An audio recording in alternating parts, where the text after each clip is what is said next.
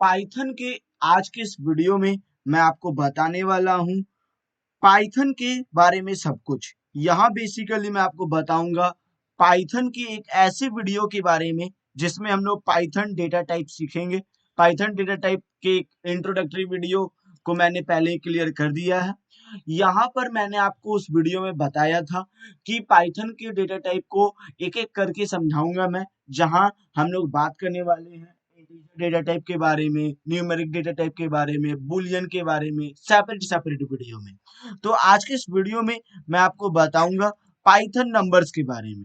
Python numbers के बारे में सब कुछ बताऊंगा कि इसका डेटा टाइप क्या होता है, कितना तरीका क्या होते हैं।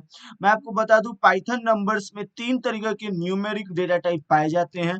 Numeric data type in Python, यहाँ पर बेसिकली अब मैं आपको बताऊंगा कि वो कौन कौन है। जैसे फ्लोट एक होता है, दूसरा होता है हमारा इंटीजर, और तीसरा होता है हमारा कॉम्प्लेक्स। ये तीनों को आज की इस वीडियो में ही, एक वीडियो में ही मैं आपको बताऊंगा।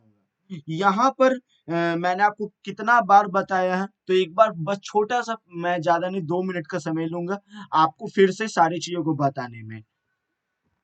जैसे फॉर एग्जाम्पल के लिए मैं यदि x इक्वल टू 1 लेता हूं, जैसे ही, और मैं y इक्वल टू कोई फ्लोट वैल्यू लेता हूं जैसे 2.8, और मैं z इक्वल टू 1 और j, ये एक मैं आपको बताऊंगा ये किस तरीके से लिखा जा रहा है। ये होता है हमारा इंटीजर डेटा टाइप। इसको हम लोग इंटीजर कहते हैं, इसको हम लोग फ्लोट कहते हैं, इसको हम लोग कॉम्प्लेक्स डेटा टाइप कहते हैं। चलिए अब सबको मैं प्रिंट करवा देता हूं, प्रिंट करवाऊंगा डेटा टाइप और एक्स को। इसी तरीका से मैं सबका डेटा टाइप जानने के लिए सबको प्रिंट करवाऊंगा, इसको y के नाम से रख दूंगा, इसको z के नाम से रख दूंगा, एंड इसको रन करवाऊंगा। तो आप देख सकते हैं इंटीजर, फ्लोट और कॉम्प्लेक्स, ये 3 तरीके के डेटा टाइप होते हैं। मैंने आपको बताया एक छोटा सा एग्जांपल लेकर के। टाइप फंक्शन का यूज करके हम लोग बड़ा आसानी से जान सकते हैं कोई भी चीजों के बारे में कि वो किस तरीके का डेटा टाइप है। चलिए अब मैं आपको बताऊंगा कि इंटीजर डेटा टाइप क्या होता है। बेसिकली हम लोग अब कुछ जानने वाले हैं इंटीजर डेटा टाइप के बारे में, तो बड़ा ध्यान से समझिएगा ये वीडियो को। इंटीजर डेटा टाइप के बारे में सब कुछ जानेंगे। देखिए इंटीजर डेटा टाइप, जैसे x इक्वल टू मैं 1 लेता हूँ, y इक्वल टू कोई भी रैंडम नंबर लेता हूँ, जैसे कोई भी कितनों भी बड़ा नंबर, बस हाँ नेगेटिव नंबर नहीं आना, नेगेटिव पॉजिटिव कोई भी होल नंबर, नेचुरल नंबर, जो नंबर आना है आने दीजिए, लेकिन ये पॉइंट वाला नहीं होता। जैसे ही पॉइंट होता है वो अलग डेटा टाइप में पाइथन उसको ट्रीट करने लगता है। इसमें नेगेटिव नंबर भी हो सकता है, जैसे मैं यहाँ पर x इक्वल टू माइनस कोई दूसरा नंबर भी ले सकता हूँ। तो ये सारा जो डेटा टाइप होता है वो सब हमारा इंटीजर डेटा टाइप ही होता है। इसी को हम लोग इंटीजर डेटा टाइप कहते हैं।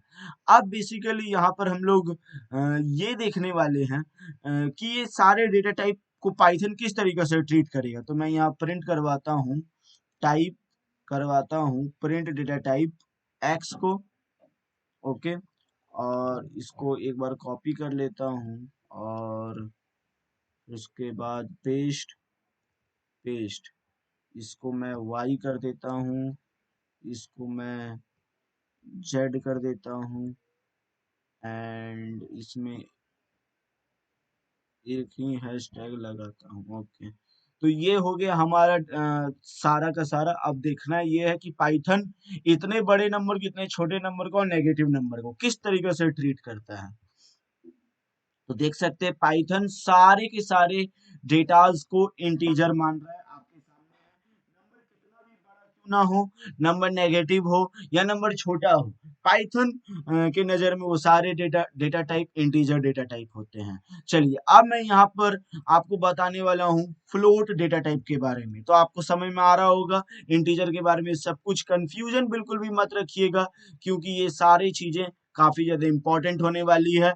कोई भी बड़े प्रोग्राम को हम लोग डेवलप करेंगे। तो देखिए, मैंने आपको पाइथन के शुरुआत में ही बताया था जब मैं कोर्स का शुरू किया था कि मैं प्रोजेक्ट बेस्ड अप्रोच करवाता हूँ, यानी कि आपको प्रोजेक्ट करवाऊंगा और तब चीजों को सिखाऊंगा। लेकिन हाँ, प्रोजेक्ट करने के लिए कुछ बेसिक नॉलेज होना जरूरी है, वही मैं आपको क्रिस्टल क्लियर कर रहा हूँ। और फिर धीरे धीरे हम लोग बहुत सारे महीने के 15-20 प्रोजेक्ट पर काम करूंगा और पाइथन एक्सपर्ट आपको बनाकर रख दूंगा। लेकिन इससे पहले आपको सारी की सारी चीजों को जानना काफी जरूरी है। फ्लोट जो होता है, फ्लोट के लिए भी हम लोग एक्स ही मान लेते हैं। एक्स का कोई बेसिकली मैं न्यूमेरिकल वैल्यू ले लेता हूँ, जैसे 1.1, 1.9 ये एक डेसिमल नंबर है। अब मैं कुछ दूसरा ले लेता हूँ, जैसे y इक्वल टू, अब इस बार मैं थोड़ा बड़ा डेटा टाइप रखता हूँ, 2.9876, जैसे ये मैं लेता हूँ।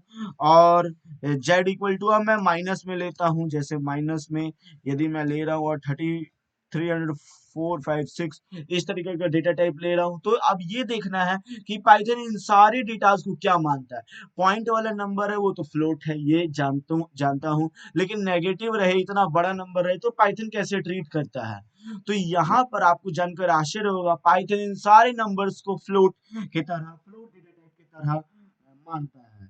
फ्लोट जो रहता है वो एक साइंटिफिक नंबर जो कि ई रहता है, ई उसको हम लोग पावर, मतलब पावर में डिनोट करने में करते हैं। जैसे कैलकुलेटर में आप जब कभी भी एक्सेस नंबर ले लेते तो ई प्लस प्लस इस तरीके से दिखाता है। तो ये फ्लोट जो रहता है वो साइंटिफिक नंबर की तरह भी यूज किया जा सकता है ई के साथ में, जिसमें हम लोग बेसिकली 10 का पावर शो करते हैं। तो ये होता है हमारा फ्लोट का वेरिएबल। फ्लोट के बारे में मैं आपको बेसिकली और भी कुछ बताऊंगा, जैसे ये मैंने आपको बताया ई जो होता है वो पावर में जाने लगता है। तो मैं यहाँ पर एक पावर वाला भी एग्जांपल ले लेता हूँ, जैसे 34 नहीं, कुछ और नंबर, जैसे 12 ई टू दी पावर 3, मैं जैसे 12 ई टू दी पावर 3 लिया। और फिर y का मैं कुछ ले लेता हूँ, जैसे 98 capital E to the power 4 ले लेता हूँ मैं। एंड नेगेटिव वैल्यू में मैं ले लेता हूँ 356.9899 या फिर 98 ई टू दी पावर 100, मैं ये लेता हूँ। तो पाइथन इन सारी चीजों को किस तरीके से ट्रीट करता है वो मैं आपको दिखाता हूँ। फिर भी पाइथन इन सारी चीजों को फ्लोट ही मानता है।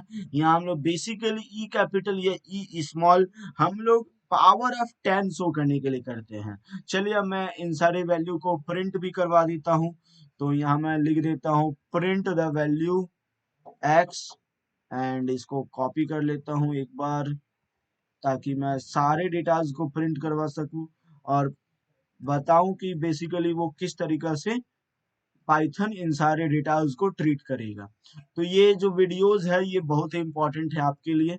चलिए अब मैं इसको रन करता हूं, और जैसे ही मैं ये प्रिंट करवाता हूं तो देखिए पाइथन जो है इन सारे डेटाज को 12 का पावर ई, यानी ई का पावर 3, यानी 30, आप देख सकते हैं 12,000, थोड़ा मैं इसको बड़ा कर देता हूँ, 12,098 ई का पावर 4, यानी कि जब एक्सेस नंबर होता है तो हम लोग पावर में शो करना शुरू कर देते हैं। और पाइथन में पावर शो करने के लिए हम लोग बेस ई का यूज करते हैं, जो कि बेस की तरह काम करता है 10 के पावर के लिए। तो ये जो होता है हमारा पावर का लिखने का शॉर्टकट ट्रिक होता है। तो ये सारे जो वीडियोस है, यकीन मानिए आपके लिए मोस्ट एक्सपेंसिव वीडियोस में से एक है। आप इन सारी चीजों को पता नहीं कैसे कैसे सीखते हैं, कितने सारे पैसे देकर मैं आपको फ्री में सिखा रहा हूँ, वो भी शायद इतने अच्छे तरीके से मैं आपको सिखा पा रहा हूँ कि शायद ही कोई आपको सिखाए। तो प्लीज आप हमें सपोर्ट कीजिए, मैं आपसे कुछ नहीं मांगता हूँ, बस सपोर्ट चाहता हूँ। इस चैनल को ज्यादा से ज्यादा लोग सीख पाए, आप शेयर कीजिए, क्योंकि सीखना बहुत इंपॉर्टेंट है। आज जिंदा वही है जो सीख रहा है, जो सीखना बंद कर दिया वो जिंदा कहाँ से रहेगा। It is only education that distinguishes a man from a animal. ये शिक्षा ही है जो कि एक मनुष्य को जानवर से अलग करता है। तो प्लीज सभी लोगों को शिक्षित कीजिए, इस वीडियो को शेयर कीजिए। अब चलिए मैं आपको आज की इस वीडियो में ही बता दूंगा कॉम्प्लेक्स डेटा टाइप के बारे में। मैं ज्यादा वीडियोस का सीरीज नहीं बनाना चाहता हूं, बस मैं आपको चीजों को एक्सप्लेन करना चाहता हूं। तो कॉम्प्लेक्स डेटा टाइप के बारे में भी मैं आपको बता देता हूं। अब यहाँ पर कॉम्प्लेक्स डेटा नंबर को ध्यान समझिएगा, ये बहुत इंपॉर्टेंट चीज है कि इसको लिखा कैसे जा सकता है, हाउ टू राइट इट, इसको लिखा कैसे जाता है। तो मैं आपको सिंपल बता दूं, कॉम्प्लेक्स नंबर जो रहता है वो वो एक जे का सिंबल के साथ लिखा जाता है, जो कि एक इमेजिनरी पार्ट रहता है। इन सारी चीजों को समझिए, एक इमेजिनरी पार्ट होता है। ये इमेजिनरी पार्ट क्या है मैं आपको बताऊंगा। आपने पढ़ा होगा 11वीं क्लास में मैथ में इमेजिनरी और रियल पार्ट क्या होता है, नहीं पढ़ा तो मैं आपको वापस से आज की इस वीडियो में बताऊंगा, लेकिन एग्जाम्पल से बताऊंगा। एग्जाम्पल बड़ा इंपॉर्टेंट होता है पाइथन में, ताकि आप सभी चीजों को बेबाक समझ सके। चलिए अब मैं यहाँ एक डेटा टाइप ले लेता हूँ, x इक्वल टू 3, 3 नहीं, yes, मैं ले लेता हूँ 5 प्लस एक इमेजिनरी पार्ट में ले लेता हूँ 7j। ओके, एंड नाउ अब मैं ले लेता हूँ y इक्वल टू 8j। मैं ले लेता हूँ z इक्वल टू -10j। तो ये सारे जो डेटा टाइप है, ये सारे डेटा टाइप, बेशक ये सारे डेटा टाइप हमारा कॉम्प्लेक्स डेटा टाइप कहलाते हैं। चलिए अब मैं इसको पहले डेटा टाइप मैं आपको दिखाऊंगा कि पाइथन इन सारी चीजों को कैसे ट्रीट करता है। ये जानना बहुत जरूरी है, क्या बताऊं मैं अब आपको, और फिर उसके बाद मैं चीजों को प्रिंट करवा दूंगा।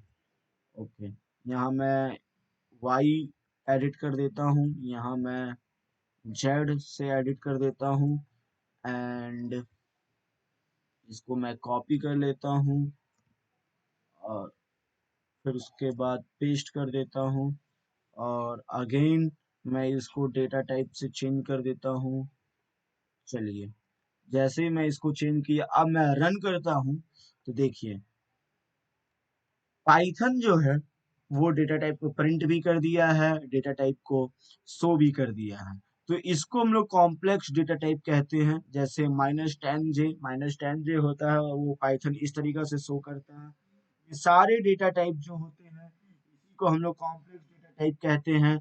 आगे कॉम्प्लेक्स डेटा टाइप का बहुत ही इंपॉर्टेंट यूज होता है, मैं आपको आज की इस वीडियो में ही बताऊंगा, लेकिन ध्यान समझिएगा, बड़ा ही इंपॉर्टेंट चीज है। लेकिन इससे पहले मैं आपको कुछ कन्वर्जन बताना चाहता हूँ। उम्मीद है आपको एक कॉम्प्लेक्स डेटा टाइप के बारे में एक बेसिक नॉलेज तो मिला ही होगा। अब मैं यहाँ पर डेटा टाइप की कन्वर्जन के बारे में बताऊंगा कि आप किसी भी डेटा टाइप को कन्वर्ट कैसे कर सकते हैं। यानी मैं कमेंट लिख देता हूँ, कन्वर्जन। बड़ा ध्यान समझिएगा, आज की ये ट्यूटोरियल आपको बहुत कुछ सिखा जाएगा। जैसे आप एक टाइप से दूसरे टाइप के डेटा टाइप में कन्वर्जन कर सकते हैं, जैसे इंटीजर से फ्लोट में, फ्लोट से कॉम्प्लेक्स में। इसका मैं ट्रिक बताऊंगा, ध्यान से समझिएगा, बहुत इंटरेस्टिंग वीडियो होने वाला है, क्या बताऊंगा मैं। चलिए तो विदाउट वेस्टिंग एनी मूवमेंट, चलिए अब मैं बहुत एक्स ले लिया, नहीं एक्स ही लेता हूँ, नहीं तो फिर शुरू से मैं एक्स ही ले रहा हूँ। एक्स इक्वल टू मैं लेट सपोज 3 ले लेता हूँ।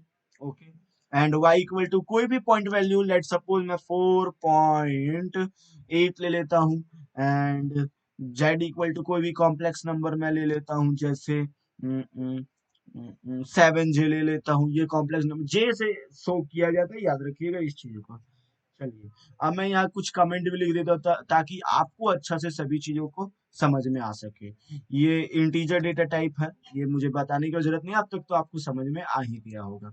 ये फ्लोट डेटा टाइप है, चलिए ये फ्लोट डेटा टाइप है, एंड ये जो है ये कॉम्प्लेक्स डेटा टाइप है, कॉम्प्लेक्स डेटा टाइप। ओके, ये हो गया हमारा। इन सारी चीजों को मैंने बता दिया ताकि आपको बेसिकली समझ में आते रहे, क्योंकि समझना बहुत ज्यादा जरूरी है। जब तक आप समझेंगे नहीं तब तक कोई भी चीज आप सीख नहीं पाएंगे अच्छे से। चलिए अब मैं यहाँ पर बेसिकली क्या करूंगा, क्या करूंगा, इंटीजर को फ्लोट से, तो मैं एक स्टेटमेंट लिख देता हूं, एक स्टेटमेंट लिख देता हूं, जैसे मैं स्टेटमेंट लिखता हूं, कन्वर्जन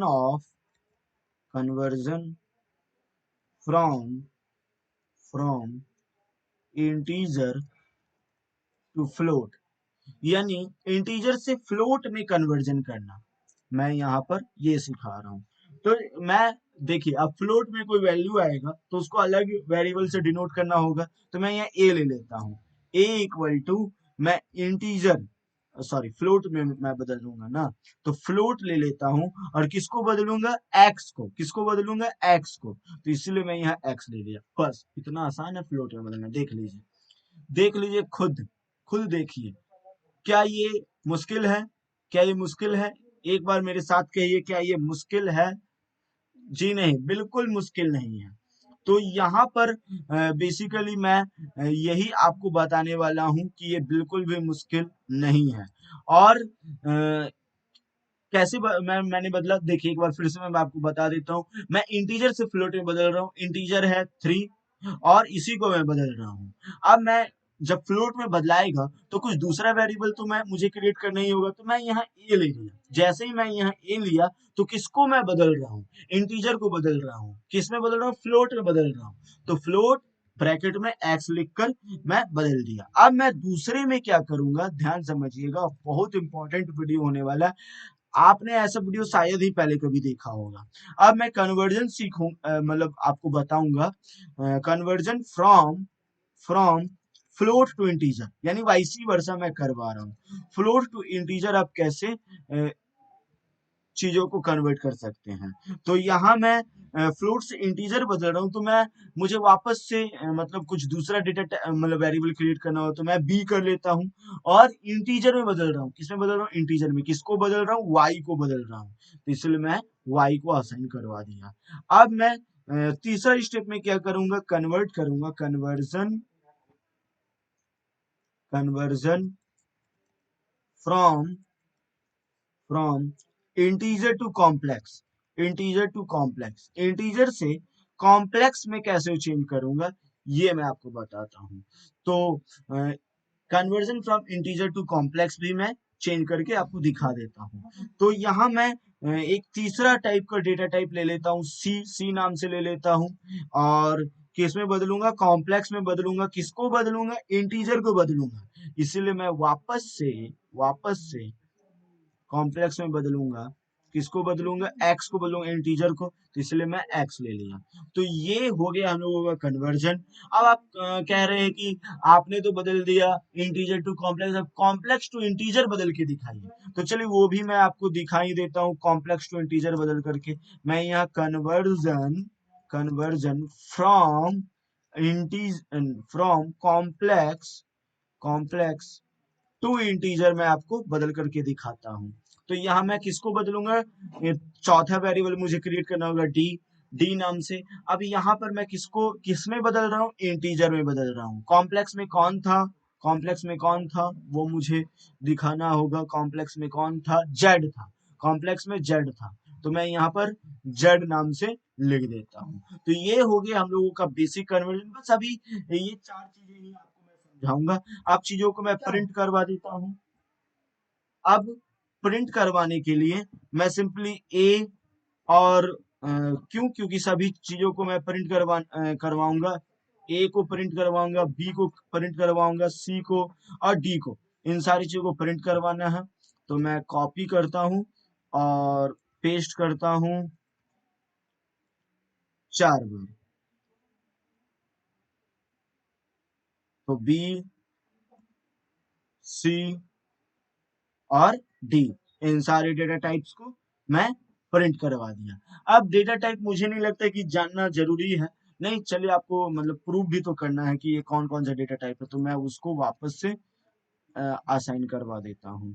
तो मैं पहले एक्स का पता कर लूंगा, नो नो, जो कन्वर्ट कर रहा हूँ उसका पता करना है, वो तो मुझे मालूम ही है किस तरीका का, आपको भी मालूम ही होगा।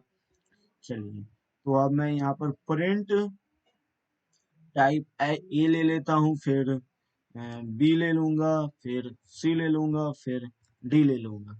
अब इन सारी चीजों को अब इन सारी चीजों को मैं असाइन कर देता हूँ और ये सी नाम से मैं ले लेता हूँ और फिर ये मैं डी नाम से ले लेता हूँ। चलिए, अब ये हमारा छोटा सा कोड, आपको कोई भी चीज रटना नहीं पड़ रहा। आप देख रहे हैं इतना लंबा कोड, इसी तरीके से बड़ा मैं कोड आपको टाइप करके दिखाऊंगा, बिल्कुल नॉन स्टॉप आप सारी चीजों को समझ पाएंगे। ये सारा चीज कॉम्प्रिहेंसिव है, मैं आपको कुछ नहीं सिखा रहा हूँ, आप खुद सीख रहे हैं, मैं तो बस एक जरिया हूँ, आप देख सकते हैं। तो चलिए, अब मैं यहाँ पर सारी चीजों को असाइन करने के बाद अब मैं इसे रन करता हूँ। यहाँ पर कुछ गड़बड़ हो गया क्या? ABCD,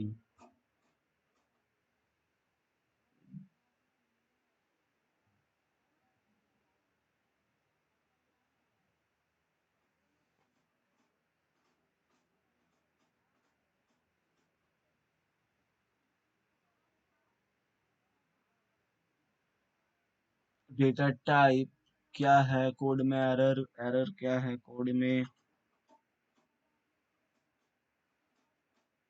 कॉम्प्लेक्स को मैं जेड जेड को मैं असाइन नहीं किया, डी को भी तो ठीक है सारा कोड, क्या दिक्कत आ रहा है?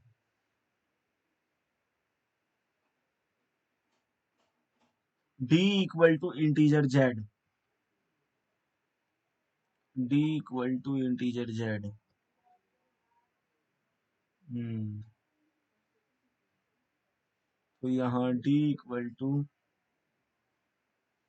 ओहो, यहाँ पर इसको, ये लाइन को मुझे हटाना पड़ेगा। डी डेटा टाइप, अभी मैं कॉम्प्लेक्स एक्स तक ही बता रहा हूँ, वो पाइथन उसको ट्रीट नहीं कर पा रहा है, तो मैं अभी वो मैं आपको किसी और लेक्चर में बताऊंगा। मैं यहाँ पर सी तक ही चीजों को प्रिंट करता हूँ, मैं डी को हटा देता हूँ पूरा, मैं डी नहीं ले रहा हूँ। चलिए, अब मैं चीजों को रन करवा दो, तो देखिए ये सारी चीजें हो गई है। अब एक्स जो था वो इंटीजर में चेंज हो गया, और ये जो था फ्लोट से इंटीजर में आ गया, ये 4.8 फ्लोट से इंटीजर में आ गया, और फ्लोट से इंटीजर आने के बाद ये हमारा जो था जेड कॉम्प्लेक्स नंबर में चेंज हो गया, 3.j। कॉम्प्लेक्स में मैंने किसको चेंज किया था? एक्स को चेंज किया था, एक्स एक कॉम्प्लेक्स नंबर में हो गया, 3 है तो इमेजिनरी पार्ट 0 है, क्योंकि ये 3 तो पूरा ही पूरा है। अब मैं यहाँ पर कोई इंटीजर में पॉइंट वाला वैल्यू लेता, फ्लोट को चेंज करता, तो वो बात अलग होता। तो ये है हमारा बेसिक सा कन्वर्जन रूल। आज की इस वीडियो में मैंने आपको कन्वर्जन भी बताया। हाँ, ये कोड में एरर आया छोटा सा, वो एरर ये था कि कॉम्प्लेक्स नंबर जो था, कॉम्प्लेक्स नंबर उसको हम लोग इंटीजर में नहीं बदल पाए, यानी कि कॉम्प्लेक्स से इंटीजर में बदलने का कुछ दूसरा फंडा है, मैं आपको बताऊंगा किसी और वीडियोस में, वीडियो थोड़ा लेंथी ना बने। तो आज के लिए बस इतना ही, मैंने आपको आज की इस वीडियो में सारे की सारे इंटीजर वैल्यू के बारे में बता दिया, इन सारी चीजों को एक्सप्लेन कर दिया। यहाँ मैं आपको और भी चीजें बताना चाहता हूँ, तो एक छोटा सा चीज मैं आपको और बताऊंगा, वैसे मैं खत्म ही कर देना चाहता था। एक छोटा सा कॉन्सेप्ट मैं आपको बताऊंगा, बस वो है रैंडम नंबर का। चलिए, आप देखते ही होंगे, थोड़ा बहुत क्लास खींच जा रहा है, तो फिर आपको समझना चाहिए चीजों को कि वाकई में जो चीजें हैं वो सीरियसली है, आपको इन सारी चीजों को समझना होगा, क्योंकि यहाँ रैंडम नंबर्स भी समझना काफी ज़्यादा जरूरी है। क्योंकि आप रैंडम नंबर समझते हैं तो ही आपको इन सारी चीजों को एकदम अच्छा से क्लियर हो पाता है कि आखिर क्या है इंटीजर डेटा टाइप का पूरा फंडा। यहाँ मैंने आपको सारी की सारी चीजों को कन्वर्जन से लेकर के एक एक डेटा टाइप को, न्यूमेरिक डेटा टाइप को मैंने आपको बताया।